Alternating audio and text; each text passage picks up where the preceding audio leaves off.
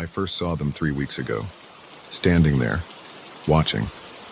They shouldn't have been there at all. The building was empty at that hour.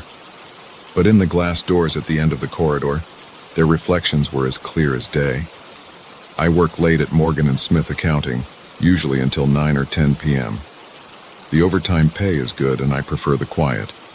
The office takes up the entire 14th floor of the Greystone building downtown.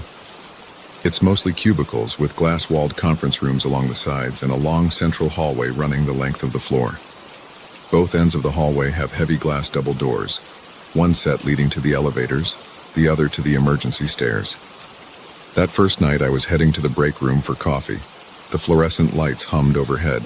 My footsteps echoed on the laminate flooring. I glanced up and saw them in the reflection of the emergency exit doors about 30 feet away.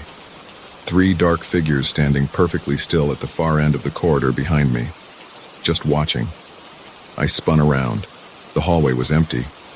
When I looked back at the glass doors, the figures were still there in the reflection. They wore dark suits or coats. I couldn't make out the details clearly. Their faces were pale smudges in the glass. They didn't move. They didn't speak.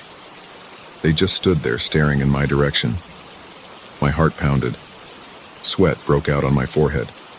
I blinked hard and looked again. The reflection showed an empty hallway. I convinced myself I was tired. Seeing things. Working too many late nights. I went home early that evening and tried to forget about it. But 2 nights later, it happened again. This time I was walking past the elevator doors around 8:30 p.m. Movement caught my eye, a flicker in the glass. When I focused on the reflection, I saw them. 5 figures now, spread across the width of the hallway about 20 feet behind me.